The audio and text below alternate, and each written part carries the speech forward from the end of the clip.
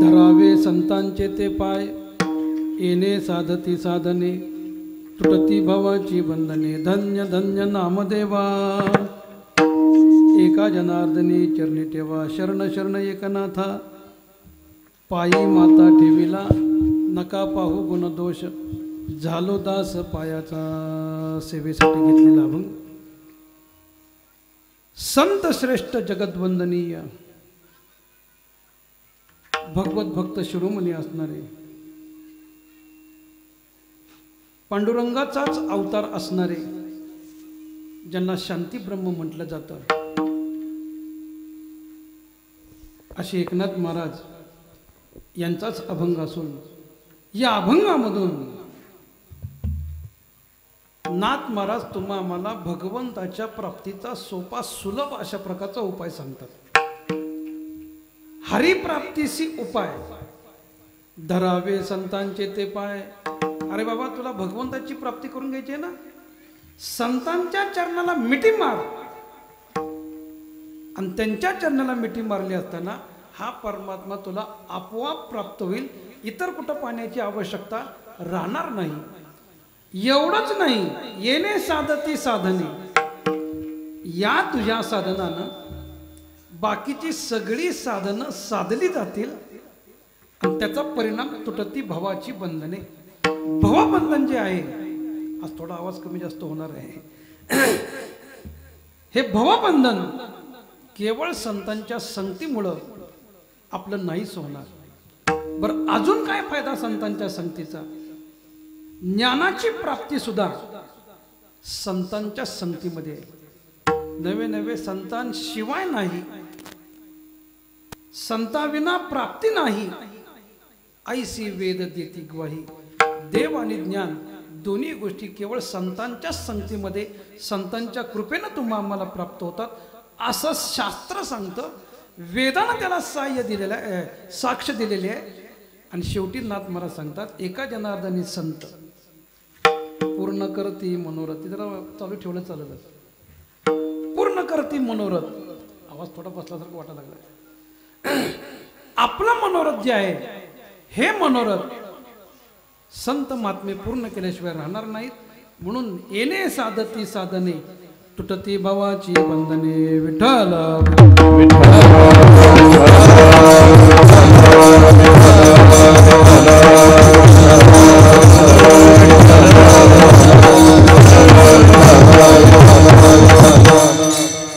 हरिप्राप्तीसी उपाय, धरावे संतांचे ते पाय, येणे साधती साधने, तुटती भवाची बंधने। सेवेसाठी घेतलेला अभंग शांतीब्रह्म एकनाथ महाराजांचा असून या अभंगामध्ये भगवंताच्या प्राप्तीचा सोपा सुलभ उपाय तुम्ही आम्हाला सांगितला। प्रश्न असा निर्माण होतो, भगवंताची प्राप्ती मनुष्य जीवनामध्ये अवश्य आहे का? तर तुकोबारा त्याला सांगतात की भगवंताच्या प्राप्तीशिवाय तुमचा आमचा जन्म सफल नाही। तुकोबारा अगदी स्पष्ट सांगतात, तुका म्हणे जन्मा आल्याचे तुका म्हणे जन्मा आल्याचे तुका म्हणे जन्मा आल्याचे तुका म्हणे जन्मा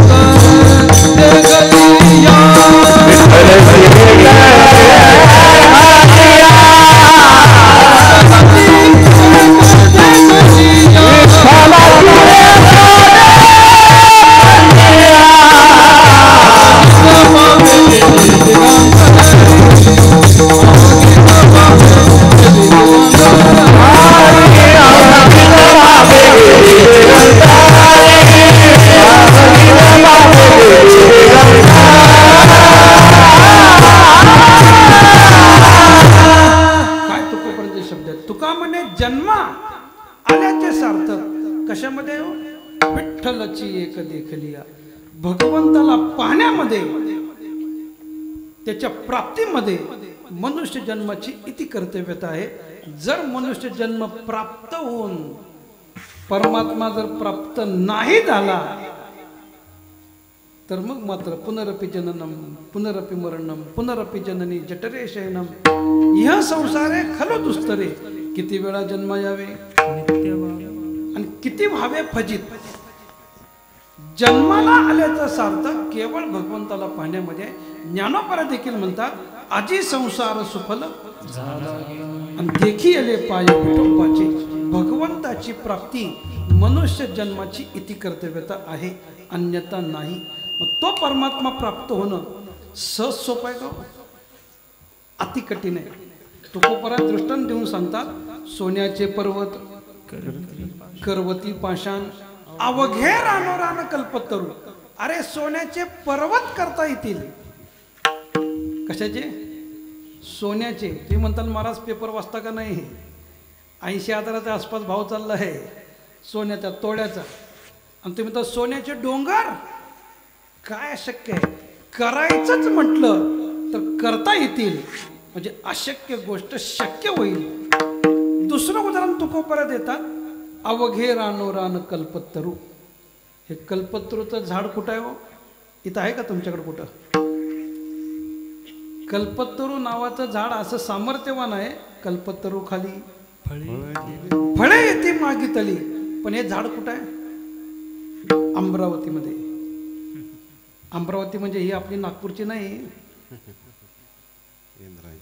जेत अमरत्व हे सिंहासन ऐरावतासारखे वाहन राजधानी भुवन अमरावती. ज्याला स्वर्ग म्हणतात त्या स्वर्गामध्ये असलेलं हे झाड ते मृत्यू लोकामध्ये आणता येईल. नुसतं नाही, अवघे रानोरान कल्पतरू.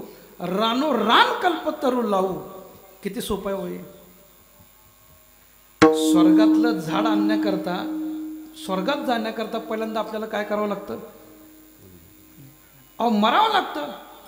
स्वर्ग बघण्याकरता आधी मरावं लागतं, मग स्वर्गात जायचं. बरं, स्वर्गात गेलेला मनुष्य पुन्हा आलाय असं कधी ऐकलं का? नाही. म्हणजे अत्यंत कठीण प्रक्रिया असलेली. पण तुकोबरा म्हणतात की आम्ही ह्या सगळ्या गोष्टी पूर्ण करू आणि अवघे रानोरान कल्पतरूची झाडं लावू. पण त्याही पेक्षा दुर्लभ जर काय असेल तर पर्या दुर्लभ विठोबाचे पाय तेथे हे उपाय न चलती. या कोणत्याही उपायानं भगवंताची प्राप्ती कलियुगामध्ये होणं अत्यंत कठीण आहे.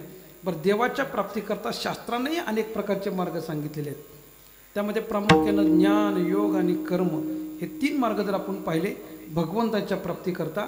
पण त्या मार्गाचा आणि कलियुगाचा जर विचार केला तर अवघ्या वाटा झाल्या कली न घडेची साधन. उचित विधी विधान न कळे न घडे सर्वता. ज्ञानाच्या संबंधीने जर विचार केला तर आमचे प्रातस्मरणीय विठ्ठल बाबा घोडे सांगायचे ज्ञानानंही देवाची प्राप्ती आहे, योगानंही आहे, कर्मानंही आहे. पण या तिन्ही मार्गाचा जर विचार केला तर ज्ञानानं जरी देव भेटत असला तरी ज्ञान प्राप्त करणं सोपं आहे का? जया ज्ञाना लागी गगन गिळता ती योगी. स्वर्गाच्या अडवंगी उमरडोनी ज्ञान सहज प्राप्त नाही. आणि त्यातल्या त्यात कलियुगात तर अति कठीण सांगितलेलं आहे. त्याला कारण कलियुगामध्ये तुमच्या आमच्याकडे ज्ञान प्राप्त करून घेण्या इतका वेळ नाही आहे. तेवढं आयुष्य आम्हाला नाही आहे. आताची अवधी थोडी असे किंवा कानोपऱ्या स्पष्ट सांगतात क्षणभंग काय अल्प आयुष्य मानवी देव. शतगणिले ते अर्धरात्र खाय मध्ये बालत्व पिडा रोगक्षयन. काय भजनाशी उरले ते पाहिगा. अरे 100 वर्षाचं आयुष्य आणि त्या 100 वर्षाच्या आयुष्यामध्ये अर्धरात्र खाय. 100 मध्ये किती भाग पडले? 2 भाग पडले. त्यातले पहिले अर्धरात्र म्हणजे झोपेमध्ये निघून गेले. राहिलं किती आपल्याकडं? 50 वर्ष. राहिलेल्या 50 तरी ज्ञान प्राप्त होते का? राहिलेल्या 50ही अजून 3 भाग आपल्या जीवनामध्ये पडतात. बालपण, तरुणपण आणि म्हातारपण. मग मला सांगा कोणत्या अवस्थेमध्ये आपल्याला ज्ञान प्राप्त होईल? बाल्यावस्थेचा जर विचार केला तर जगद्गुरु शंकराचार्य ह्या तीनही अवस्थेचं वर्णन करतात. बालस्तावत क्रीडासक्त, तरुणस्तावत तरुनिरुद्ध रक्त, वृद्धस्तावत चिंतामग्न, परे ब्रह्मणी कोपी न लग्न, भज गोविंद भज गोविंद भज गोविंद मूढमते. एका जगद्गुरूने संस्कृतमध्ये सांगितलं आणि दुसऱ्या जगद्गुरूने याचाच अनुवाद मराठीमध्ये केला. बालपणे गेले तारुण्य दशे विषय व्यथा, वृद्धपणे प्रवर्तली चिंतान, मरे मागोता जन्मधरी. तुकोबराय आणि शंकराचार्य दोघंही एकच सांगतात, बाल्यावस्था खेळण्यामध्ये आपण आसक्त आहोत, मग त्यावेळेस ज्ञान प्राप्त होतंय. तारुण्यामध्ये तारुण्यात विषयाची व्यथा पाठीमागं लागते आणि त्या विषयामुळे ज्ञान प्राप्त करून घ्यावं, आपला उद्धार करून घ्यावा अशी इच्छा होणं सुद्धा अत्यंत कठीण होतं. राहिलं म्हातारपण, आणि म्हातारपणाचा जर विचार केला, वृद्धस्तावत चिंता मग्न, म्हातारपणामध्ये आपल्या पाठीमागं चिंता लागते आणि चिंता का पाठीमागं लागली की ज्ञान प्राप्त होणं अत्यंत कठीण होऊन बसतं. मग ह्या तिन्ही अवस्था आपण पाहिल्या. ज्ञान सहज प्राप्त नाही, झालंच एखाद्याला ज्ञान प्राप्त तर त्या ज्ञानाचा अहंकार त्या ज्ञानी पुरुषाला होतो. आणि मग ज्या साध्यासाठी जे साधन आपण वापरतो त्या साधनानं जर तो परमात्मा प्राप्त झाला नाही तर परिणाम दुःखामध्ये होतो. ज्ञानोपरा सांगतात, कर्म आणि धर्म आचर्याच्या जया लागी, साधक शिनले साधन साधिता अभागी. आणि त्या साधनानं त्या साध्यापर्यंत जर नाही पोचलो तर परिणाम दुःखामध्ये होतो. तसं ज्ञानानं भगवंताकडे जात असताना मुळात ज्ञान प्राप्त होणंच कठीण आहे. झालंच ज्ञान तर त्याचा अहंकार होतो. नाथ महाराज फार गोड सांगतात, तिळभर राखोने अभिमान, जरी मजरी गता अनन्य शरण, तरी माझी प्राप्ती न वेदान, अभिमान विघ्न प्राप्तीसी. अभिमानामुळे विघ्न वडवल, पण भगवंत भेटणं अत्यंत कठीण आहे. आणि शहाण्यापासून देवही दूर निघून जातो. तुकोबराय अगदी स्पष्ट सांगतात, तुका म्हणे आसे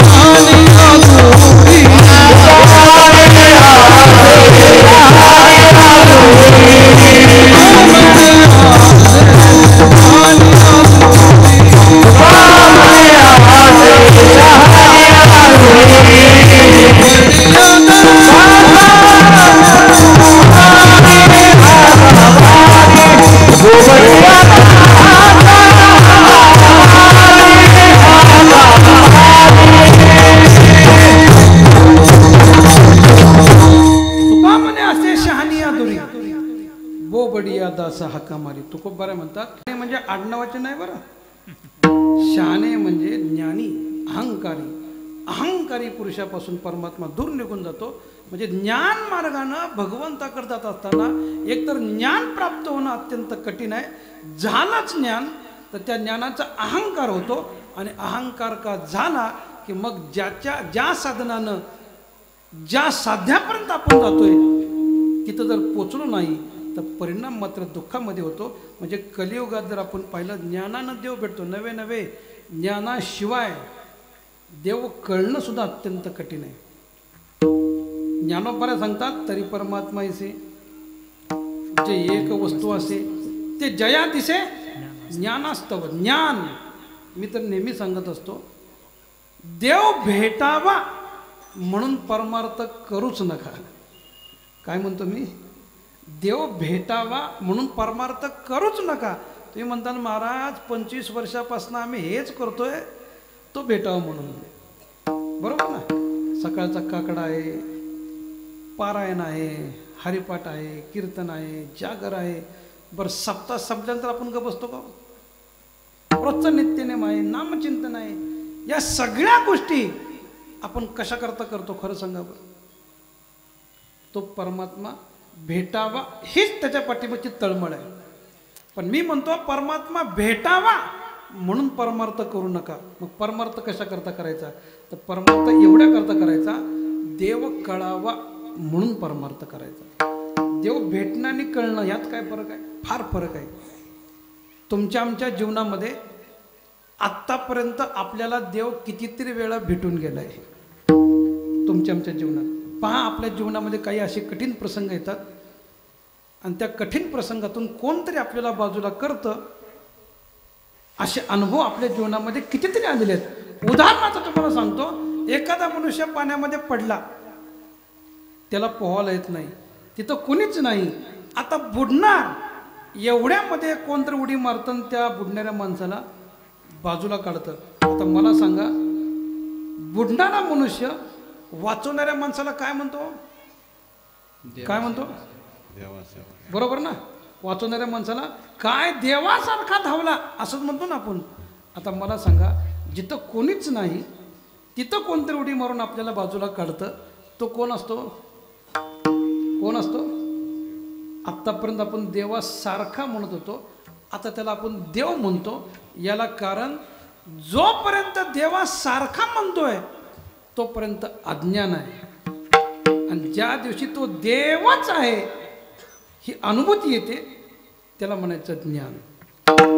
आणि ते ज्ञान जोपर्यंत आपल्याला होत नाही तोपर्यंत देव कळत नाही. नाहीतर आपल्या जीवनामध्ये आत्तापर्यंत परमात्म्याने आपल्याला कितीतरी वेळा भेट दिलेली आहे. म्हणून देव भेटावा म्हणून परमार्थ नसावा, तर देव कळावा म्हणून परमार्थ असावा. तुम्हाला उदाहरण सांगतो नामदेवांचं. नामदेवांसारखा महात्मा म्हणजे ज्यांनी ज्या नामदेवांचं वर्णन नाथ महाराजांनी केलं, अधिकार सांगितला, नामा जाता रावळासी देव बोले आदित्यासी. नामदेवांचा अधिकार सांगताना नाथ महाराज असं सांगतात की नामदेव महाराज ज्या ज्या वेळेस पांडुरंगाच्या मंदिरात जायचे, परमात्मा जर आधी कोणासंग बोलत असेल आणि नामदेवांच्या नामचिंतनाचा गजर जर कानावरती पडला तर भगवंताने बाकीच्याला बाजूला करावं आणि आधी नामदेव संघ बोलावं. देव बोले आधी आधी त्यासी, पहिल्यांदा नामदेव संघ बोलावं, एवढा अधिकार. बरं एवढंच नाही, नामदेवांचा अजून अधिकार सांगत असताना देव जेवी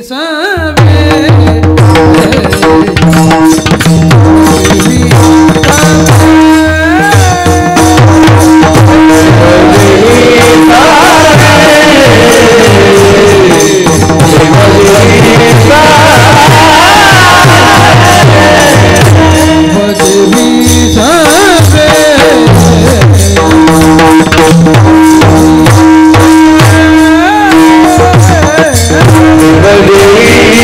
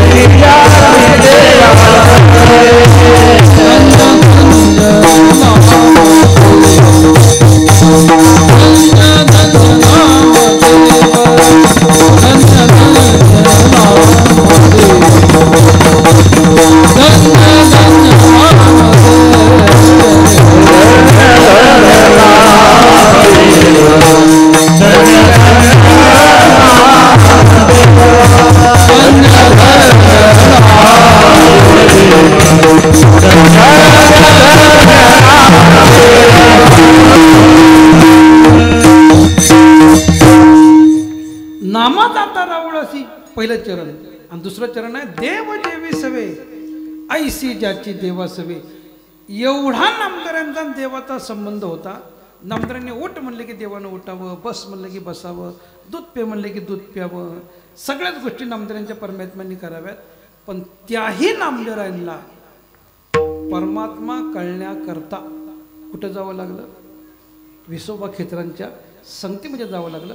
सगळ्यांना इतिहास मान्य आहे, माहीत आहे की ज्या वेळेस नामदेवांना आळंदीमध्ये भगवंताने पाठवलं, नामदेवा जा, निवृत्तीनाथादी भावंड तिथं आहेत, त्यांच्या संगतीमध्ये राहा.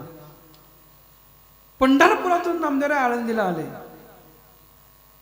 नामदेवांचं आळंदीमध्ये आगमन झाल्याबरोबर निवृत्तीनाथांनी पाहिलं, पंढरीरायाचा तू प्रेम भांडारी, पांडुरंगाचे प्रेम भांडारी आज आपल्या आळंदीमध्ये आलेले आहेत. नाथांना आनंद वाटला. निवृत्तीनाथ उठले, साष्टांग दंडवत नामदेवांना घातला. नामदेवांनी प्रतिनमस्कार केलाच नाही. का नाही केला? नामदेव म्हणले मी पंढरपूरचा आहे ना. काय आपण पाठ चुकीचं म्हणतो. पंढरीसी लोका नाही अभिमान असं आहे. पण लोक सरळ म्हणतात पंढरीच्या लोका. अरे पंढरीचे लोक लय अभिमानी येते नाही का. पंढरीसी लोका नाही अभिमान. नामदेवांनी प्रति नमस्कार केलाच नाही. ज्ञानोपराय उठले, ज्ञानोपराने नमस्कार केला. हे तर माझ्यापेक्षा लहान आहेत वर्षांनी, म्हणून ज्ञानोपरांच्या पाया पडले नाहीत, सोपान देवाच्या पडले नाहीत. नामदेव प्रति नमस्कार केला नाही. हे सगळं त्या मुक्ताबाईने पाहिलं. आणि मुक्ताबाईनं पाहिल्यानंतर ज्यावेळेस मुक्ताबाईचा नंबर आला पाया पडण्याकरता, त्यावेळेस मुक्ताबाई उठल्याच नाहीत. निवृत्तीनाथ म्हणतात, मुक्ते अगं उठ, पांडुरंगाचे प्रेम भंडारी आहेत, आज आपल्या भेटीला आलेले आहेत, पड त्यांच्या पाया. असं म्हटल्याबरोबर मुक्ताबाई कडाडल्या. अशा मुक्ताबाई म्हणतात, नामदेवा अखंड जयाला देवाचा शेजार.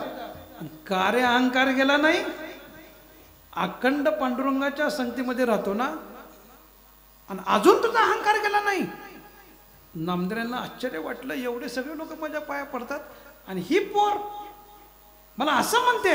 बरं एवढ्यावर थांबले नाहीत तर मुक्ताबाई टाळ्या वाजवत उड्या मारू लागले. नामा कच्चा, नामा कच्चा, नामा कच्चा. निवृत्तीनाथ म्हणले, मुक्ते कच्चा का पक्क ठरवण्याचा अधिकार आपला काय? गाडग कच्चा आहे का पक्का हे कुणाला कळतो? कुंभाराला कळतं. अनासे गोरकाका कुंभार, गोरबा कुंभार आळंदीमध्ये होते. त्यांना बोलवलं आणि काकांना सांगितलं, काका हे गाडगेत म्हणले आम्ही सगळे, कोणतं पक्क कोणतं कच्चं तेवढं सांगा.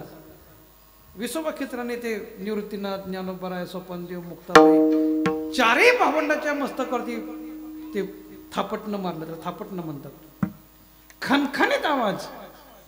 पण हे थापटणं ज्यावेळेस नामदारांच्या डोक्यात मारलं ना, त्यावेळेस म्हणतात नामदार चिडले, खडाडले. अरे अरे अरे अरे अरे काय करतोयस? केवढ्यांदा मारलं, केवढा टिंगुळाला म्हणले मला.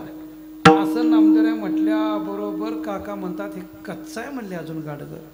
आणि कच्चा आहे म्हटल्यानंतर मुक्ताबाईला आनंद झाला आणि मुक्ताबाईनं टाळ्या वाजवल्या आणि मुलं नामा कच्चा, नामा कच्चा, नामा कच्चा. पण नामदेवाला असा राग आला, एवढीशी पोरगी परकर जंपर घालणारी आणि मला म्हणते नामा कच्चा, नामा कच्चा. असा राग आला, सरळ पंढरपूर नामदेवांनी गाठलं. घरी गेलेच नाही, डायरेक्ट पांडुरंगाच्या मंदिरात गेले. आणि आता पांडुरंगाला काय सांगावं लागतं काय, काय प्रसंग घडलाय तो. तन तन तन तन करत नामदेव पांडुरंगाच्या समोर आले. अंगातनं घामाच्या धारा लागलेल्या आहेत, तसंच मलिन चेहरा झालेला आहे. आणि थेट पांडुरंगापाशी गेलेत आणि म्हणतात, देवा अरे काय संत म्हणून तू मला पाठवलं, पण ते जाऊ दे, पण ती एवढीशी पोरगी मुक्ता आणि ती मुक्ताबाई मला म्हणते म्हणजे नामा कच्चा, नामा कच्चा, नामा कच्चा. मग शेवटी नामदेवाला राहावं लागेल. नामदेवांनी प्रश्न केला विसोबा खेत्रांना, पांडुरंगाला. आणि देवाला म्हणतात, देवा खरं सांग, मी कच्चा आहे का पक्का आहे? काय प्रश्न केला? मी कच्चा आहे का पक्का आहे? आता देवाला प्रश्न पडला, आता काय सांगावं? बरं कच्चा आहे असं सांगावं तर माझं यथार्थ ज्ञान होणार नाही. पक्का आहे असं सांगावं तर बरं कच्चा आहे असं म्हणावं तर नामदेवांना आधीच राग आलेला आहे, अजून राग येईल. देवाला कच्चा आहे असंही म्हणता येईना आणि पक्का आहे असंही म्हणता येईना. शेवटी तो देव आहे, चतुर आहे.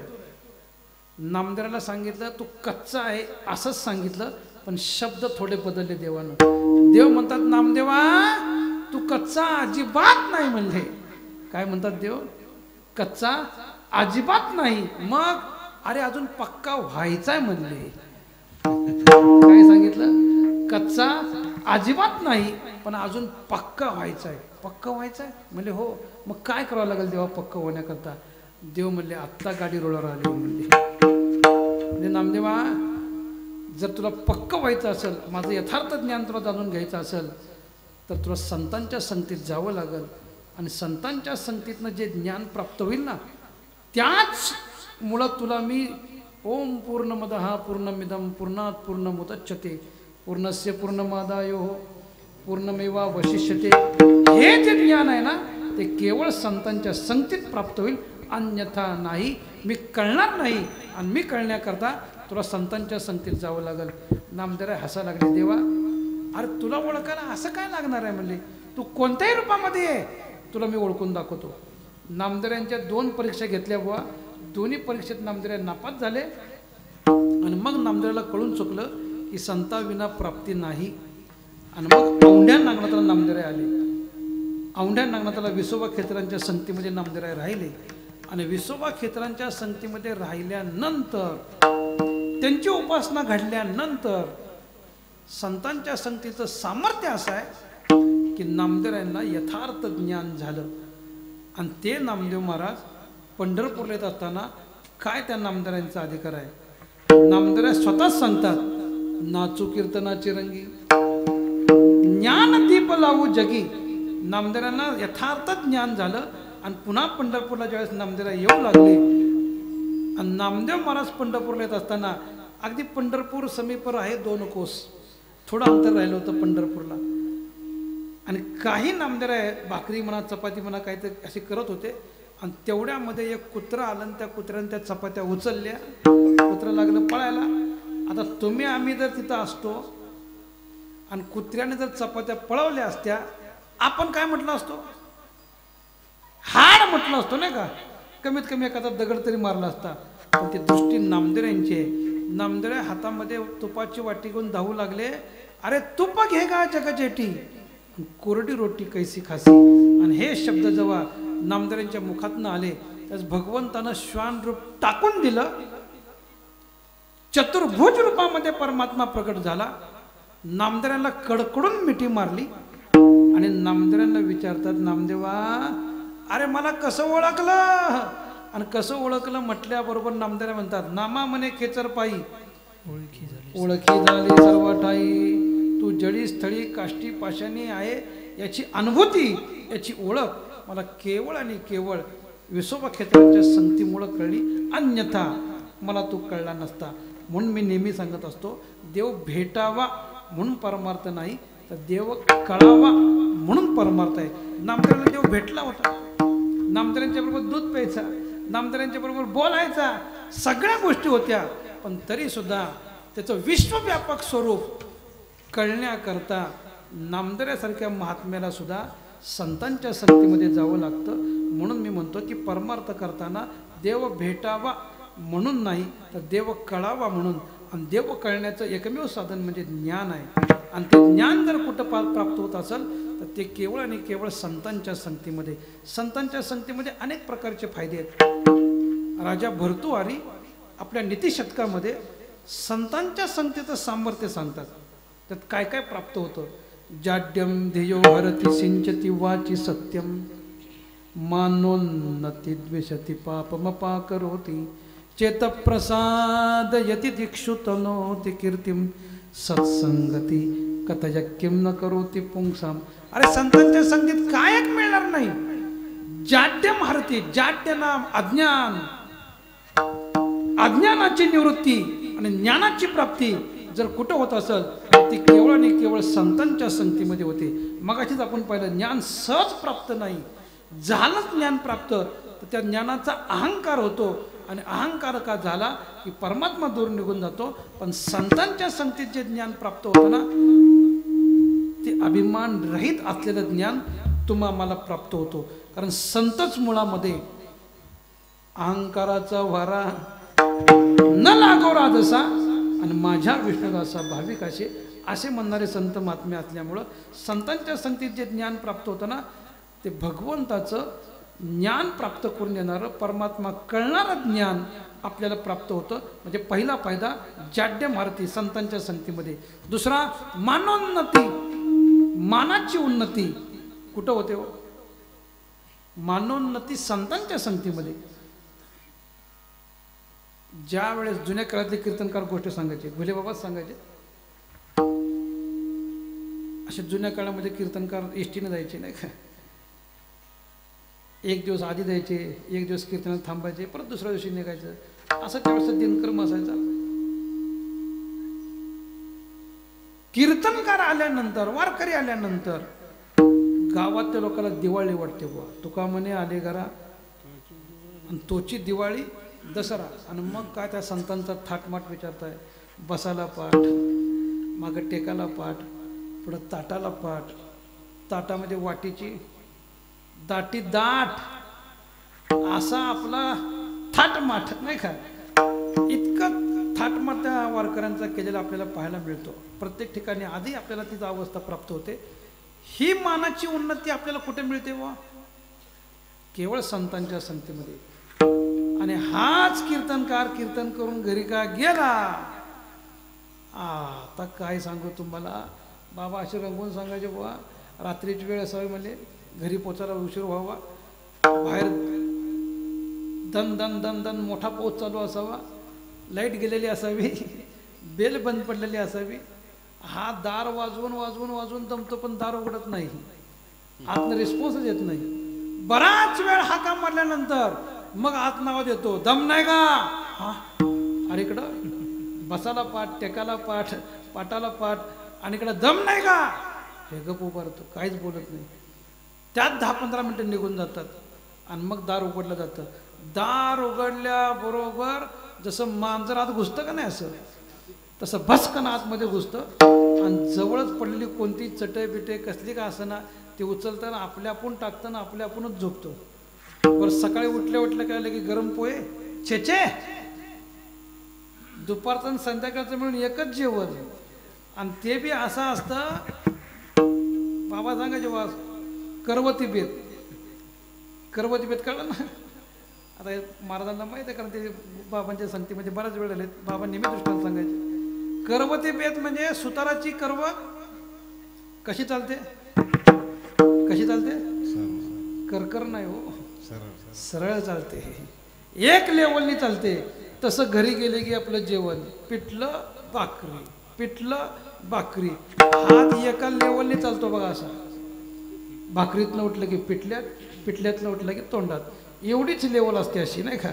इकडं चटणी नाही, इकडं कोशिंबरी नाही, इकडं भजी नाही, इकडं पापड नाही, इकडं गुलाबजाम नाही, चे चे चे चे, हात इकडं लेवल चुकतच नाही हाताची. याला म्हणायचं करवती बेत घरी गेल्यावर. पण संतांच्या संगतीमध्ये आल्यानंतर मानोन्नती, मानाची उन्नती जर कुठं होत असेल तर संतांच्या संगतीमध्ये आहे. अजून काय वाचेला पवित्रपणा कुठं मिळतो? संतांच्या संगतीमध्ये. नवे नवे तुकोपरात सांगतात, अरे ज्याला ज्या गोष्टी पाहिजेत त्या संतांच्या संगतीमध्ये मिळतात. संत सज्जनी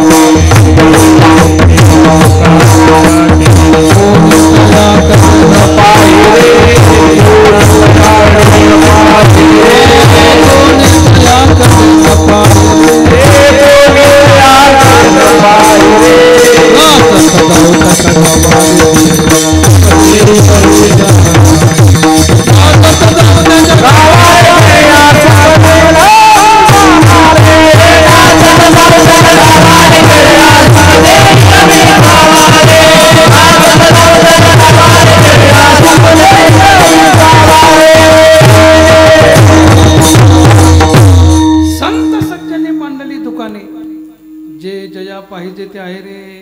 ज्याला जी वस्तू पाहिजे ती संतांच्या संगतीमध्ये मिळते. ज्ञान पाहिजे संतांच्या संगतीत जा. मोक्ष पाहिजे संतांच्या संगतीत जा. धन पाहिजे कुठे जायला पाहिजे? संतांच्या संगतीत जायला पाहिजे. तुम्ही म्हणताल असं कसं महाराज? घडलेलं इतिहास आहे. तुकोपर्यंत गाथा वाचा, तुमच्या लक्षामध्ये येईल की एका ब्राह्मणाला ज्ञान आणि धन दोन्ही गोष्टी एकत्र पाहिजे होत्या. ज्ञान म्हणजे सरस्वती आणि धन म्हणजे लक्ष्मी. सरस्वती आणि लक्ष्मी शक्यतो दोघी एकत्र नांदत नाहीत. जिथं धन असतं तिथं अक्कल नसते असं म्हणतात लोक, आणि जिथं अक्कल असते तिथं धन नसतं असं म्हणतात. पण काही ठिकाणी अपवाद असतो बरं. तिथं ज्ञानही असतं आणि ते खर्च करण्याची अक्कलही काय तिथं धनही असतं. दोन्ही गोष्टी आपल्याला पाहायला मिळतात. पण ज्ञान आणि धन शक्यतो एकत्र सापडत नाही. आणि त्या ब्राह्मणाला ज्ञान आणि धन दोन्हीची प्राप्ती पाहिजे होती. ज्ञानोबरांच्या समोर अनुष्ठान मांडलं आणि ज्ञानोबरांच्या समोर अनुष्ठान मांडल्यानंतर ज्ञानोबरांनी दृष्टांत दिला, बाबा सध्या मी समाधिस्थ आहे, तुझी जी इच्छा आहे ती पूर्ण करण्याकरता सध्या तुकोबरा आळंदीमध्ये आहेत. तुका सर्व श्रेष्ठ प्रिया माथोर काजू अवतार नामयाचा जा. तुकोबरा म्हणजे माझ्या नामदारांचे अवतार आहेत आणि त्या तुकोबरांच्या समोर जा, त्यांची काहीतरी सेवा कर, त्यांच्याकडे मागणं माग, तुला ज्ञान आणि धन दोन्ही प्राप्त होईल. त्या ब्राह्मणाला एवढा आनंद वाटला, वा वा, ज्ञानोबरांनी नाव घ्यावं. कोणाचं? तुकोबरांचं. ज्या अर्थी ज्ञानोबरा तुकोबरांचं नाव घेतात त्या अर्थी तुकोबरा केवढे असतील. तुकोबरा आकाश एवढे आहेत ह्यात वादच नाही. पण हा संकोचित विचार होता ना, केवढे असतील. चालत चालत चालत आळंदीतून देहूकडे निघालेलं आहे. जास्त नाही अंतर, 15 किलोमीटरचं अंतर आहे. पण जाताना मनामध्ये विचार करतो, काय तुकोबरांचा वाडा असेल, काय तुकोबरांच्या घरी नोकर चाकर असतील, त्यांच्या अंगावर कपडे कसे असतील, त्यांची राहणीमान कशी असतील, नोकर चाकर किती असतील, हा मनात विचार करू लागला. आणि विचार करता करता करता देहू आलं. देहूत चौकशी केली, का हो तुकाराम महाराजांचा वाडा कुठे आहे? तुकाराम महाराजांचा वाडा म्हणल्यावर देहूतली लोक लागले आश्चर्यचकित व्हायला. कारण काय, जिथं पिकतं ना तिथं खपत नाही, विकत नाही. गावात तुकोबांना कोण विचारत नव्हतं. उलट गावातली लोक अशी म्हणायची, तुका वेडा विचार करी बडबड फार. तुकोबांना गावात काय विशेष किंमत देत नव्हते लोक त्यावेळेस. तुक्या तुक्या तुक्या असं म्हणायचे. आणि हा तुकाराम महाराज म्हणा लागला, अरे तुकाराम महाराज काय करतोय? हे पडकं घर आहे ना, इथे तुक्या राहतो म्हणले. बघ म्हणले तू काय तुझा महाराज आहे का म्हणून. त्याचा भ्रम निराश झाला. काय म्हणते पडक्या वाड्यात आणि तुक्या म्हणतात लोकांना. पण ज्ञानोबरांनी सांगितलं ना तुकाराम महाराजांकडे ज्ञान प्राप्त होईल. आला ज्ञानोबरांच्या शब्दावर विश्वास ठेवून हाक मारली, तुकाराम महाराज. तुकोबांना वाटलं कोण आला मला तुकाराम महाराज म्हणणारा. तुकोबा बाहेरून बघतात तर समोर एक ब्राह्मण उभारलेला, या या तुम्ही कोण? मलाच तुकाराम म्हणतात. त्यानं पाहिलं, फाटकत होतं, 2-3 ठिकाणी शिवलेलं ठिकाण लावलेलं अंगारका, वरती मुंडासं, ती कुर्तलेली दाढी, ती सगळं ती चेहरा, अरे अरे अरे अरे अरे म्हणला, सगळं गणित फसलं म्हणला. पण ज्ञानोबरांचं नाव घेतलं ना.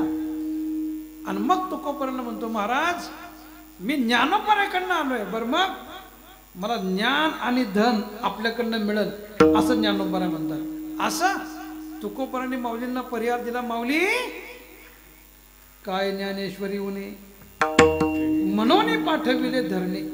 तुम्ही या धरणेकराला पाठवलं. अहो ज्ञानेश्वरी म्हणजे काय कमी आहे? ज्याला ज्या गोष्टी पाहिजेत त्या ज्ञानेश्वरीच्या माध्यमातून आपल्याला पूर्ण करता येतात, पूर्ण मिळतात. आणि तुम्ही माझ्याकडे पाठवलं, बरं तुमचा अधिकार काय सामान्य आहे का? सामान्य आहे का? काय ज्ञानोबरांचा अधिकार तुकोबरा वर्णन करतात. ज्ञानी यांचा गुरु राजा महाराव म्हणती ज्ञान देव तुम्हायसे मज पामर आहे काय थोरपण पायची वाहन पायवरी. किंवा ज्ञानोबरांचं सामर्थ्य वर्णन करतात. जयाची द्वारे द्वारी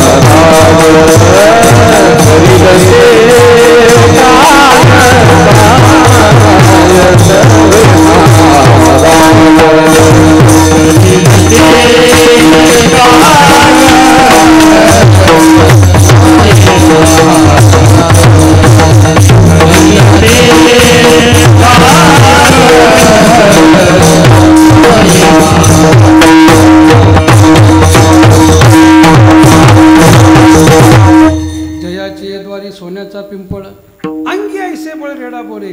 आणि मग तुकोबारांनी देवाचे उचित एकादशी अभंग लिहून दिले आणि महाफळ म्हणजे श्रीफळ दिलं आणि त्या ब्राह्मणाला सांगितलं बाबा हे अभंग वाच, ज्ञान होईल, हे फळ घे, धन प्राप्त होईल. त्यांना पाहिलं, अरे अरे अरे मराठी लिहिले आणि मराठीतून मला काय वाङ्मय ज्ञान प्राप्त होणार आहे. विश्वास तुकोबारांच्या अभंगावर ठेवला नाही, अभंग फेकून दिले. नारळ, अरे माझ्याच घरी नारळाची बाग आहे आणि हा नारळ घेऊन मी काय करू. तो नारळी टाकून दिला. तुकोबारांनी पाहिलं आणि मग माऊलींना परिहार दिला. माऊली, तुम्ही सांगितल्याप्रमाणे मी सेवा केली होती. तुका म्हणे सेवा समोर कोणी पायी, झालं उतराई ठावे असे परिहार दिला. पण काय करू, महाफळ त्याग करून गेला. त्याच्या नशिबातच धन नाही तर त्याला मी तरी कुठलं देणार. ज्याच्यात ज्ञानही नशिबात नाही त्याला मी देऊ शकत नाही. म्हणजे ज्ञान आणि धन ह्या सगळ्या गोष्टी जर कुठं प्राप्त होत असतील तर ते केवळ आणि केवळ संतांच्या संगतीमध्ये प्राप्त होतात. किम न करोती, म्हणजे ज्ञानाची प्राप्ती सहज सोपी नाही. ज्ञान मार्गाने जरी परमात्मा भेटत असला तरी आपल्याला संतांकडंच यावं लागतं. अन्यथा ज्ञानानं देव भेटलच याची शाश्वती नाही. म्हणतात राहू द्या ज्ञान, योगानं भगवंताची प्राप्ती करू. योगानं म्हणणं सोपं आहे पण योगामध्ये आत्यंतिक दुःख आहे. किती दुःख आहे हो. क्लेशोदिक्तरस्तेषाम अव्यक्तासक्त चेतसाम अव्यक्ताय गतिर्दुःखम देह मिळे ऐसे नाही आगळे कष्टची तया. अरे योगामध्ये अजून काय मिळणार आहे तुम्हाला. त्यामध्ये कष्टच आहेत किंवा त्या दुःखाचा वाटा भागा आला. किंवा अगदी सोपी ओवी सांगतात ज्ञानोबा दृष्टांत देऊन. पाहे बा लोहाचे चणे जै बोचरिया पडती खाणे तै पोट भरणे की प्राणे शुद्धी म्हणून. ज्ञानोबाने दृष्टांत दिला मार्मिक. लोहाचे चणे जै बोचरिया पडती खाणे. आता पाटामध्ये असताना बाबांना आठवत असेल, भले बाबा फार रंगवायचा हा दृष्टांत नाही का. ज्याच्या तोंडामध्ये एकही दात नाही त्याला काय म्हणतो आपण, काय म्हणता, बोचरा म्हणता ना. का तुमच्याकडे वेगळा शब्द आहे काय, बोचराच म्हणता ना. प्रत्येक भागात वेगळे वेगळे शब्द आहेत. आमच्या सोलापूर भागात त्याला बोळकं म्हणतात. बोळकं म्हणजे मोकळं झालेलं सगळं, ज्याच्या तोंडामध्ये एकही दात नाही. असं बरं ज्ञानोबाचा शब्द घ्या, बोचरा. हा बोचऱ्या माणसाला भूक लागली म्हणून त्याला काय खायला दिलं, काय दिलं. चणे नुसते नाही, लोखंडाचे चणे, लोखंडाचे हरभरे दिले. जमल का त्याला हरभरे खायला दे. मी तर म्हणतो लोखंडाचे चणे सोडा. ज्याच्या तोंडात एकही दात नाही अशा माणसाला केळ खायला द्या, केळ. आणि ते केळही असं असावं, मऊ झालेलं केळ असावं. आणि ते केळ त्याला द्यायचं ना आपण कोपऱ्यामध्ये उभारून त्याची गंमत बघायची, केळ कसं खाता येतं. काय सांगू तुम्हाला बाबा, ज्याच्या तोंडात दात नसतात ना त्याच्या हिरड्या टणक असतात. आणि हिरड्या कशा असतात, अशा अर्धगोलाकार असतात. हिरड्या टणक आणि अर्धगोलाकार असतात. माझ्या शब्दावर जर विश्वास नसल तर दात पाडून बघा, फक्त इथं नका, घरी गेल्यानंतर आपल्याला काय. हिरड्या टणक असतात, अर्धगोलाकार असतात. केळ कसा असतो, केळी गोल असतं आणि मऊ असतं. मला सांगा, 3 गोल जर एकत्र आले तर दाब बसल का, असा प्रेस होईल का, नाही होणार. त्यानं ते केळाचा तुकडा तोंडात टाकल्याबरोबर उजव्या हिरड्याने काय ते केळ दाबलं की ते तिकडून घसारतं, इकडं उडी हाणतं. पुन्हा ते इकडून दाबतं, इकडून दाबलं की पुन्हा माघारी येतं. इकडून तिकडं ते खेळ पळतं मध्ये, पण त्याला ते हिरड्यामध्ये चावता येत नाही. मला सांगा, ज्याला केळ खाताना अशी अवस्था होते त्यानं चणे खावे लोखंडाचे मग ब्रह्मपदी नाचे, नाही का. ब्रह्मपदावर पोचणं म्हणजे प्रत्यक्ष लोखंडाचे चणे खायचे नाहीत, पण लोखंडाचे चणे खाताना जितके कष्ट आहेत तितकं योगामध्ये कष्ट आहे. योग मार्ग अत्यंत दुःखदायक आहे. क्लेश योग याग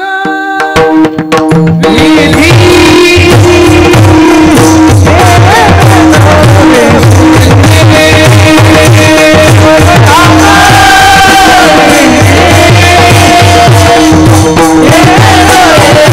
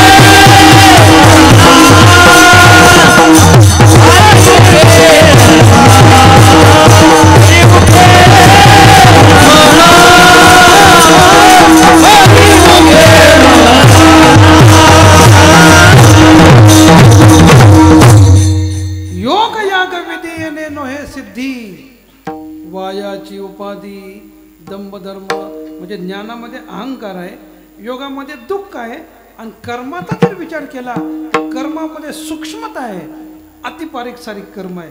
किती कर्म बारीक आहे का हो? शास्त्र असं सांगतं, आचमन करताना हातामध्ये पाणी किती पाहिजे? उडदाची डाळ भिजल एवढंच पाणी हातामध्ये पाहिजे. त्याच्यापेक्षा जास्त किंवा कमी जर झालं तर परिणाम दारू पिल्याचं पातक लागतं बुवा.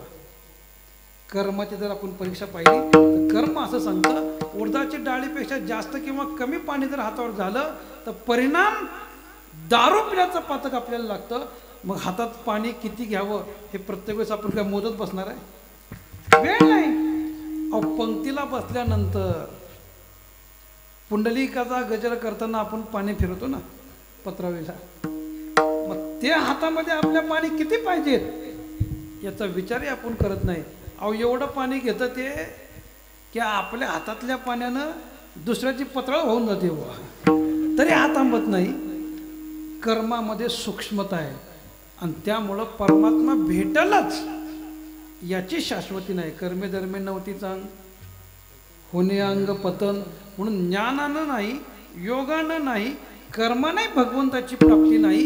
आणि जर परमात्मा मिळाला नाही तर आपला उद्धार कसा व्हायचा? आणि म्हणून नाथ महाराजांना काही लोकांनी शंका उपस्थित केली की महाराज, काय केला असताना हा परमात्मा आम्हाला प्राप्त होईल? आणि तो उपाय नाथ महाराज अभंगाच्या पहिल्या चरणात हरी प्राप्ती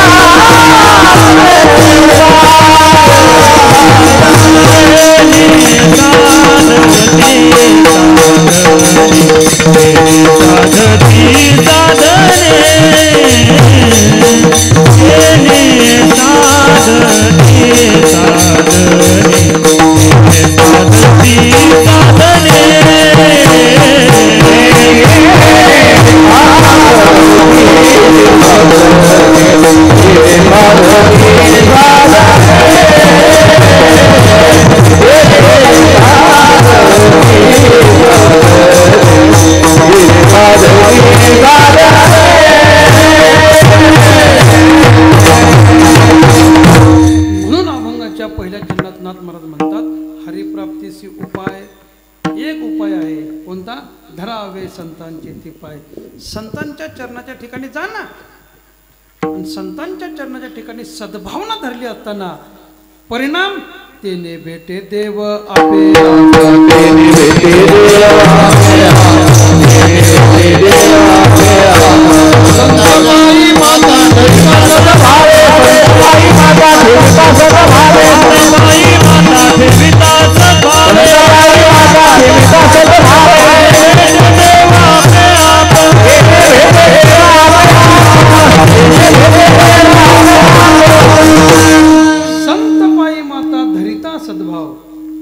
तेने भेटे देव आपोआप.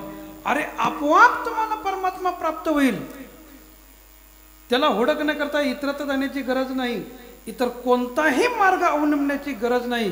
आपोआप तुकोबरा देखील हेच सांगतात, संतापायी धरिता भाव आपोआप भेटे देव. संतांच्या ठिकाणी सद्भावना धरली असताना परमात्मा तुम्हाला सहज प्राप्त होईल. नवे नवे भगवान देखील सांगतात, सत्संगती वेगळे जाण तात्काळ पावावया माझे स्थान. अनेक नाहीचे बा साधन सत्य जाण उद्धवा. उद्धवा संतांशिवाय माझी प्राप्ती होणं अत्यंत कठीण आहे. जर मी भेटावा, मी प्राप्त व्हावा असं वाटतं ना, तर संतांच्या संगतीत या. काय आहे, 700 वर्षापूर्वी पंढरीमध्ये घडलेला प्रसंग आहे. परिसा भागवत आणि नामदेव महाराज समकालीन संत आहेत.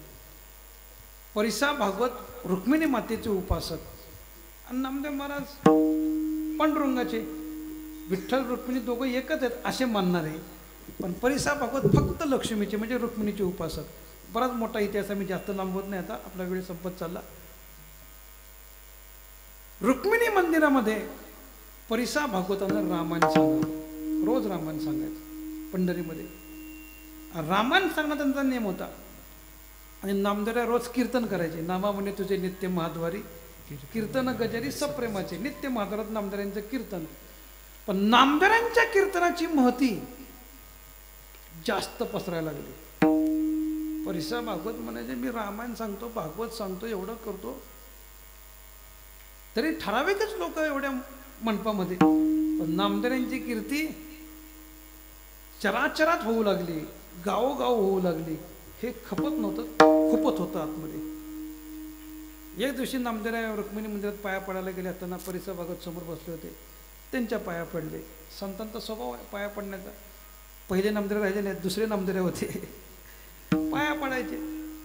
परिसा भागवत म्हणतात नामदेवा, परिसा म्हणे नामया, पण तुझे पूर्वज माझ्या पाया. अरे तुझे आई बाप सुद्धा माझ्या पाया पडतात, तू पडतो म्हणजे काय विशेष, मोठा कीर्तनकार झालास का? नामदेवाला म्हणतात. नामदेव म्हणले मी कीर्तनकार मोठा नाही आहे, मी कीर्तनकारच नाही म्हणजे मुळात. पण तुमचा विषय चालला रामायणाचा, तुम्ही रामायणाचार्य आहेत, भागवताचार्य आहेत. बरं मग काय नाही, मला फक्त रामायणातलं एक गोष्ट अडली आहे म्हणले. नामदेव म्हणतात काय अडली आहे? की लंकेमध्ये बिभीषणाच्या घराचं दार कोणत्या दिशेला आहे? काय प्रश्न केला? लंकेत आता तुम्ही रामायण जाणता ना, रामायणामध्ये वर्णन आले म्हणले बिभीषणाचं दार कोणत्या दिशेला आहे, पूर्वेला आहे का पश्चिमेला आहे का उत्तरेला का दक्षिणेला, तेवढं सांगा. आता परिसा भागवताच्या डोक्यावरची केस उभारली एकदम. आता काय सांगायचं म्हणले? कुठं बघितलंय आपण? आज वेळ संपलाय म्हणले उद्या या, उद्या सांगतो म्हणले. नामदेव म्हणले उद्या, काय हरकत आहे म्हणले. आणि उद्या म्हटल्यानंतर परिसा भागवत जरा गडबडले ना, थेट रुक्मिणी मातेकडे गेले आणि रुक्मिणी मातेला विचारलं आई, त्या नामदेवानं म्हणले मला प्रश्न केला 4 लोकात की लंकेमधल्या बिभीषणाचं घर आणि त्या घराचं दार कोणत्या दिशेला आहे? रुक्मिणी माता म्हणले मी राहिले म्हणले, पण त्या बिभीषणाचं घर बघितलं नाही म्हणले मी. लक्ष्मीच्या रूपानं, सीतेच्या रूपानं आशेक मनात मी राहिले म्हणले, बिभीषणाचं घर मला माहीत नाही. बरं मग आता काय करू? आता असं कर म्हणले, तुला मी लंकेत सोडते म्हणले, लंका सगळी फिर आणि त्या बिभीषणाचं घर कुठं आहे बघ, त्याचं दार कोणत्या देशाला आहे बघ, आणि लगेच आहे म्हणले माघारी, लगेच आणते मी. आता ती आई आहे, कर्तुम अकर्तुम अन्यथा कर्तुम शक्ती तिच्याकडे आहे. त्या परिसा भागवताला रुक्मिणी मातेनं असं हातावरती बसवलं आपल्या, आणि तो हात असा केल्याबरोबर ते लंकेत गेलं. आता का गेले कसे गेले पहावे पुराणी विचारणी, पण लंकेत सोडलं. आपल्याला अभंगात नामदेवांच्या पाहायला मिळतं. आणि त्या लंकेमध्ये सगळी लंका रम्य असलेली, भव्य असलेली, दिव्य असलेली बघू लागला. बघता बघता बिभीषणाच्या दरबारात गेला. आणि बिभीषणाच्या दरबारामध्ये गेल्यानंतर त्याला टाळाचा, नामचिंतनाचा, मृदंगाचा गजर कानावरती आला. कुठं? लंकेत. परिसा भागवत म्हणजे लंकेत आणि इथं सप्ता, काय प्रकार आहे म्हणले. म्हणून अजून आत गेले बघायला. अजून आत बघायला गेल्यानंतर त्यांना दिसलं की प्रत्यक्ष नामदेव महाराज कीर्तन करतायत. टाळ घेतलेला परमात्मा आहे वगैरे वगैरे सगळे असे तिथं बिभीषण महाराज स्वतः बसलेले आहेत समोर कीर्तनामध्ये. आणि नामदेवाला बघितलं तरी एकदम चपापला. बापरे म्हणलं आपलं काम झालं ना, आपण दरवाजा कुठल्या दिशेला बघितला ना, आपण निघून जाऊ. आणि पटकन रुक्मिणी मातेची विनंती करून परिसा भागवत पंढरीमध्ये आले. दुसऱ्या दिवशी नामदेवाची आणि परिसा भागवताची गाठ पडली. नामदेवाने विचारलं का हो, दरवाजा कुठल्या दिशेला कळलं का? असं म्हटल्याबरोबर परिसा भागवत म्हणले हो हो मला कळलं म्हणले, तुझं कीर्तन तिथं होतं म्हणले. तुला इतक्या लांबच्या तारखा आहेत का म्हणले लंकेतल्या. नामदेव म्हणे तुम्ही लंकेत आला होता म्हणले हो मी आलो होतो लंकेमध्ये. माझं कीर्तन बघितलं हो बघितलं. अरे अरे अरे लंकेत येऊन कीर्तनाच्या जवळ येऊन पण महाज्ञानी महाभक्त असणारे बिभीषण महाराज त्यांचं दर्शन घेतलं नाहीस मूर्ख आहेस म्हणले तू. वाईट वाटलं आणि नामदेव निघून गेले. पण परिसा भागवताच्या मनात असं निर्माण झालं अरे मला रुक्मिणी माता प्रसन्न आहे. रुक्मिणी मातेनं माझं तिकीट काढलं लंकेचं पण या नामदेवाचं कोणी काढलं म्हणजे नामदेवाला कोणी निघून गेले. हा मनामध्ये प्रश्न निर्माण झाला आणि रुक्मिणी मातेला विचारलं आई मला तुम्ही नेलं पण नामदेवाला कोणी नेलं. आणि मग रुक्मिणी मातेने सांगितलं नामदेवाला अरे अनंत कोट ब्रह्मांड नायक त्यांचा दास आहे म्हणले. आणि हे जेव्हा रुक्मिणी मातेच्या मुखातनं ऐकलं त्यावेळेस परिसा भागवताचा गर्व निघून गेला. आणि रुक्मिणी मातेला विचारतात की आई मला एकदा पांडुरंगाचं दर्शन करून द्या. एकदा पांडुरंगाचं दर्शन द्या. रुक्मिणी माता म्हणली अजून आता तुला लंकेत लिहून आणते म्हणली मी पण पांडुरंगाचं दर्शन देणं माझ्यातनं शक्य नाही.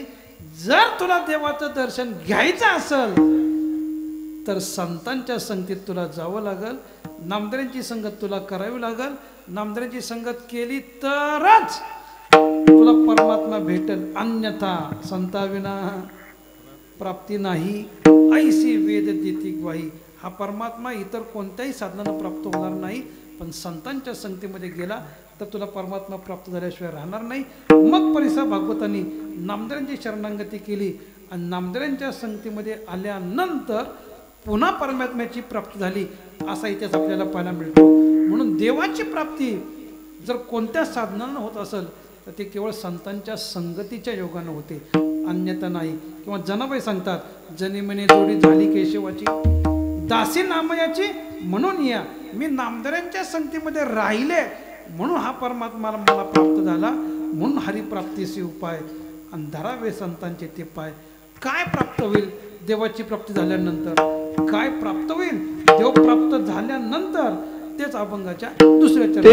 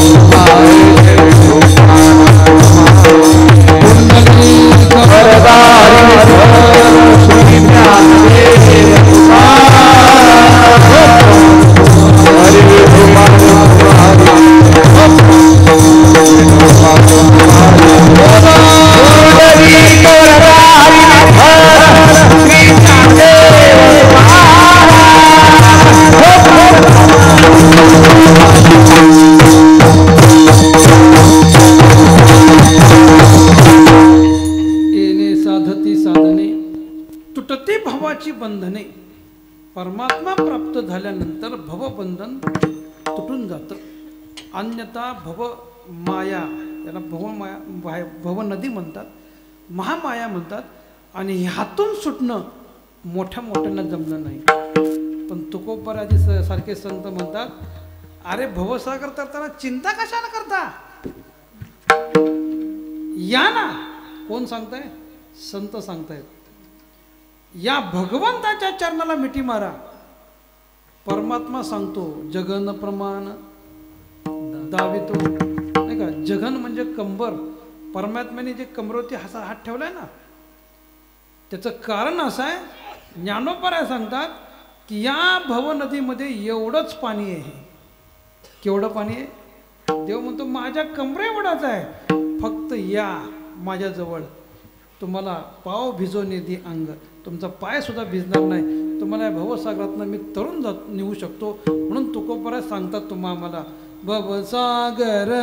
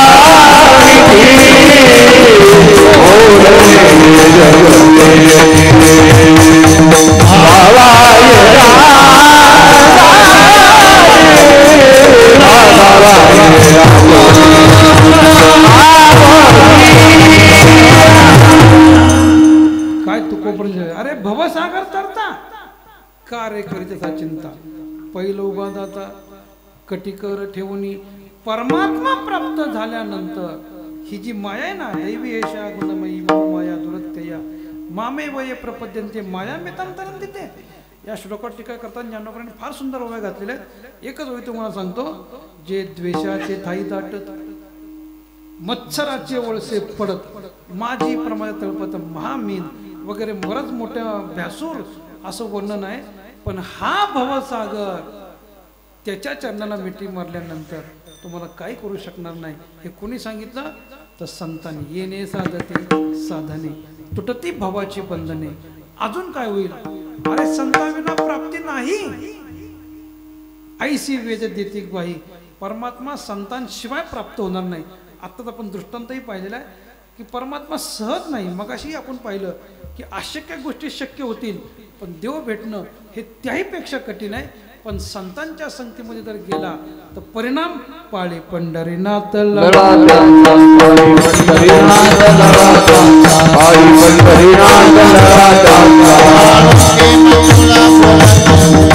धरतीच्या हाती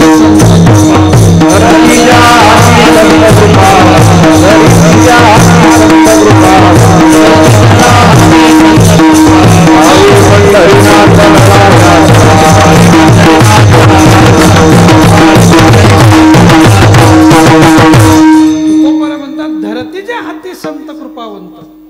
संतांनी ज्याला हाताला धरलंय ना, त्याचा लळा कोण पाळतं? पाळी पंढरीनाथ. लळा त्यांचा.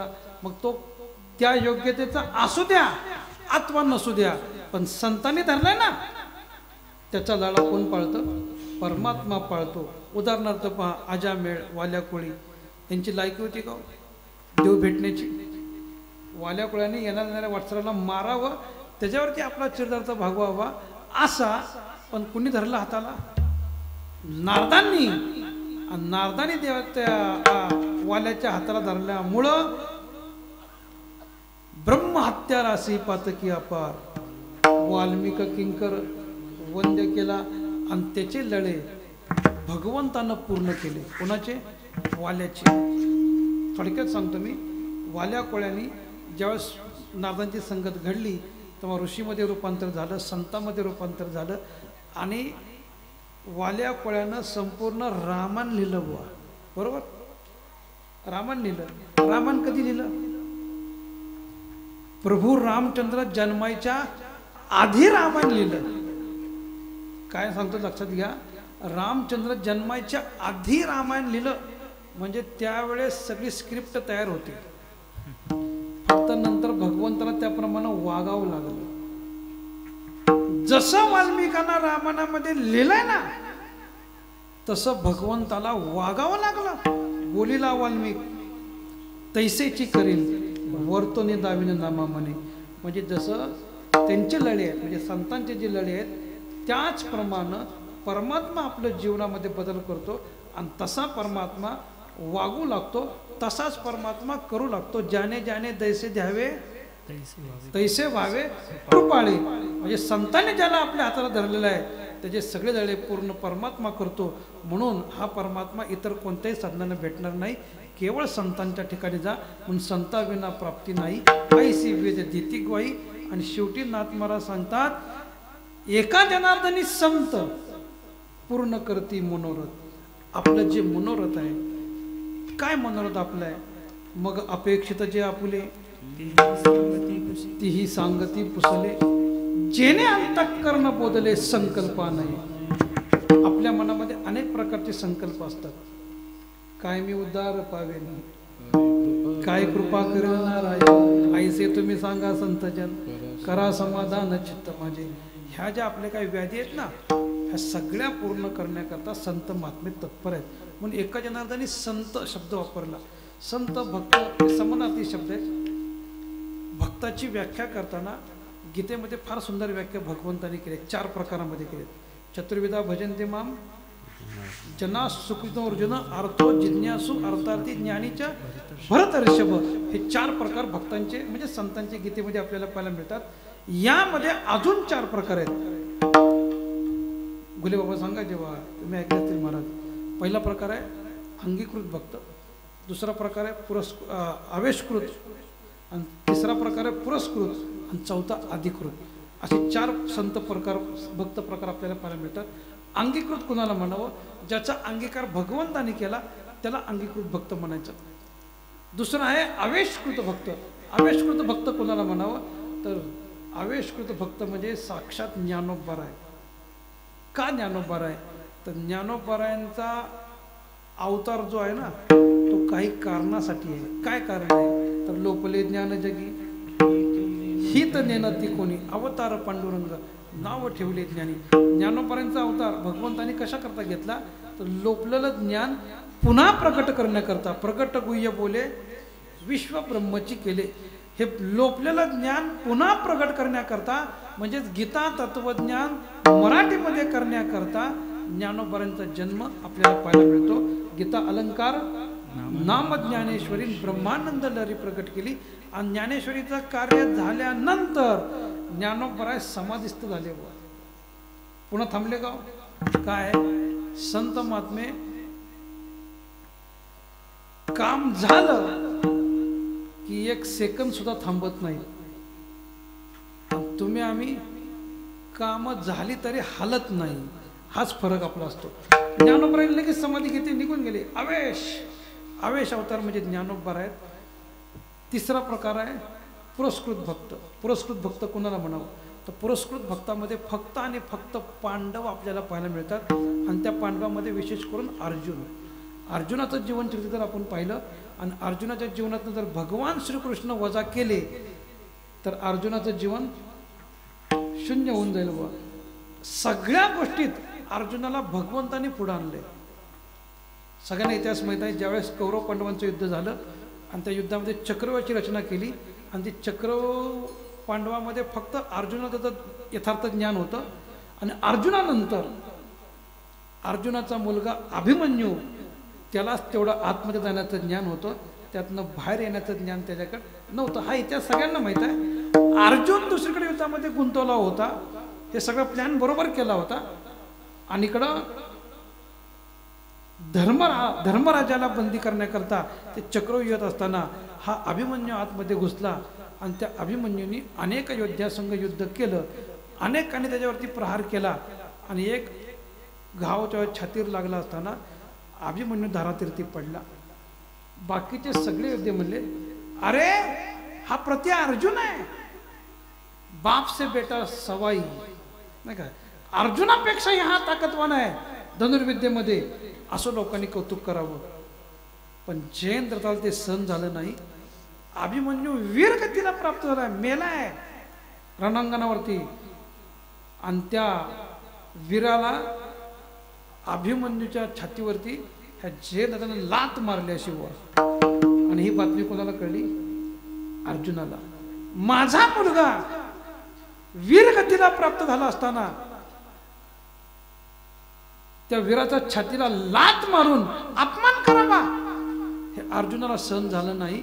अर्जुनाने ताबडतोब प्रतिज्ञा केली की उद्याच्याला उदयापासून सूर्यास्तापर्यंत जयेंद्राचं मुंडकं उडवीन, नाही झाल्यास मी अग्नीमध्ये उडी टाकेन आणि माझं जीवन संपवेन. देव जवळ होते. देवाने अर्जुनाच्या तोंडाला हात लावला. अर्जुना, अरे काय बोलतोयस? देवा बोलल्यानंतर म्हणतो काय बोलतोयस हे बोलल्यानंतर म्हणतो. अरे शब्द आणि बाण एकदा बाहेर पडल्यानंतर पुन्हा माघारी घेता येत नाहीत.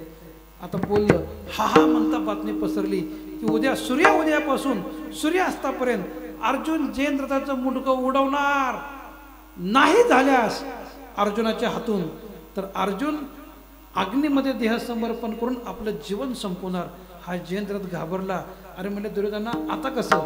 उलट दुर्योधन म्हणला, घाबरू नको, अरे उद्याचे दिवस सप्त्याला येऊच नको म्हणले. तू काय सांगितलं?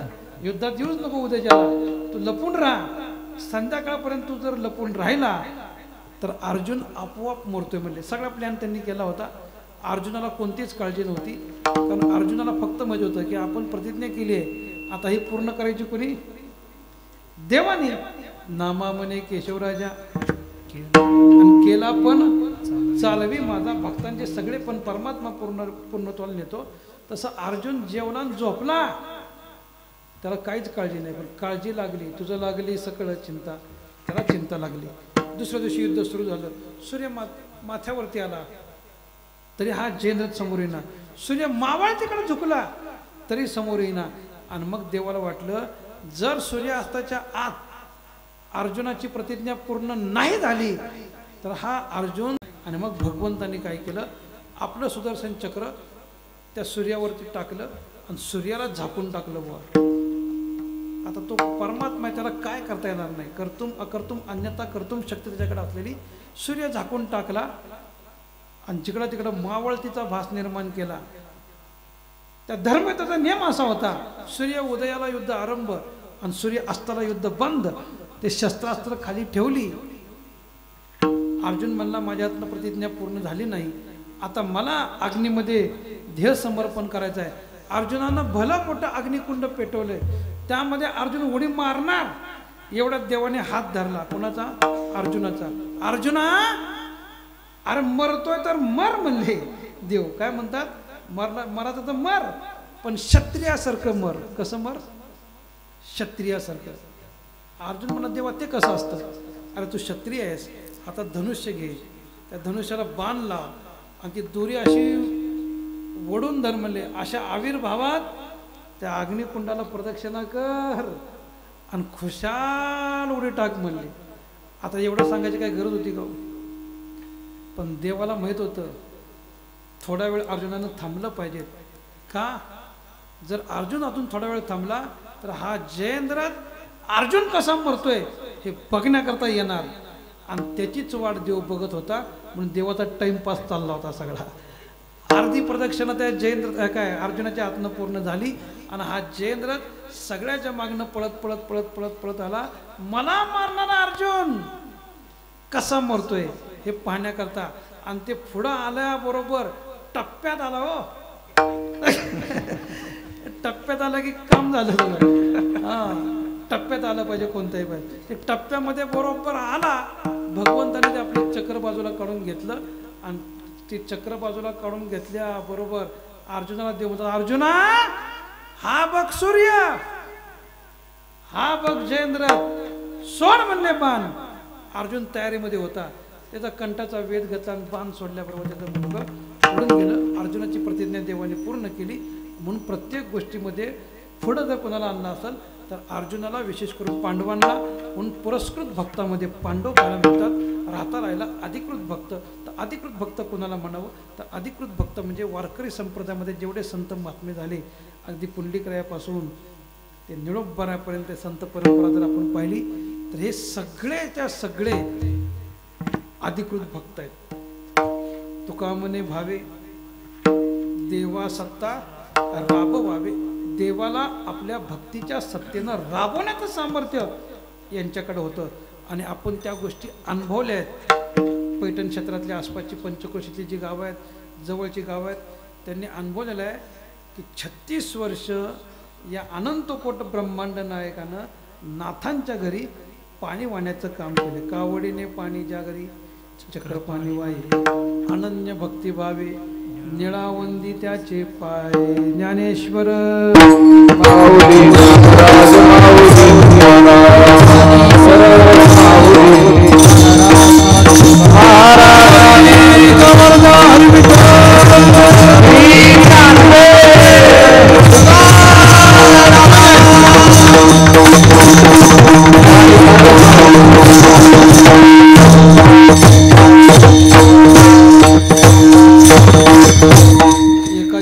संत आणि पूर्ण करती मनोरथ. आपले जे जे मनोरथ आहेत ते मनोरथ संत महात्मे पूर्ण करतील. ज्या निमित्ताने हा उत्सव आपण मोठ्या थाटामाटानं, मोठ्या भक्तिभावानं संपन्न करत आहात. क्षेत्र हिरडपुरी. हिरडपुरीचं गावाचं नाव मगाशी महाराजांनी मला सांगितलं की हिरण्यकेशी असं ना, हिरण्येश्वर महादेवाचं स्वयंभू स्थान आहे. नदीच्या काठावरती आहे. आणि त्या महादेवाच्या नावावरनंच हिरडपुरी असं नामकरण आपल्या गावाचं पाहायला मिळतं. गेल्या 25 वर्षापासून महाराजांच्या आधिपत्याखाली आपल्या सगळ्यांच्या सहकार्यातून इथं नामोत्सव होत आहेत. त्याला 25 वर्ष पूर्ण झाली. म्हणजे 2 तप होऊन 1 वर्ष त्याला पूर्ण झालं. 3ऱ्या तपाची आपली सुरुवात झालेली आहे. 25 वर्षातला हा सप्ताह म्हणजे आता तरुण झालेला आहे. आणि तारुण्यातला हा जो उन्माद असतो ना, तो वेगळा असतो. पाहिल्याबरोबरच लक्षात आलं की टाळाटाळी लोकला नाद, अंगोअंगी मोराला छंद, की इतकी अशी अवस्था भक्तीची उच्चतम अवस्था आहे. मला नाही वाटत की हा उत्सव पाहून आज पांडुरंग परमात्मा पंढरपुरामध्ये थांबला असेल म्हणून, नाही का.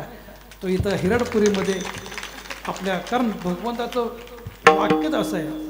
तुकोबा सांगतात, कोठे नका पाहू करा हरिकथा, तेथे अवचिता सापडेल, किंवा तेथे असे देव उभा आणि दिसे समचरणाची शोभा. असा हा भव्य दिव्य उत्सव नाथांच्या कृपेनं तुम्हा सगळ्यांच्या सक्रियतेनं पूर्ण होत आहे. जसा 25वा झाला तसा 50वा व्हावा, जसा 50वा तसा 75 व्हावा, 100वा व्हावा.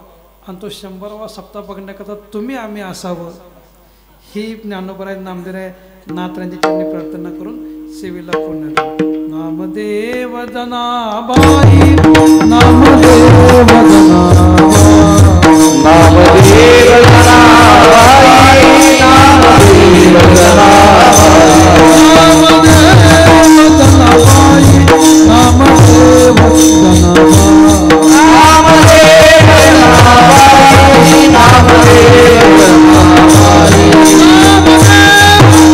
जनाबाई, नामदेव जनाबाई.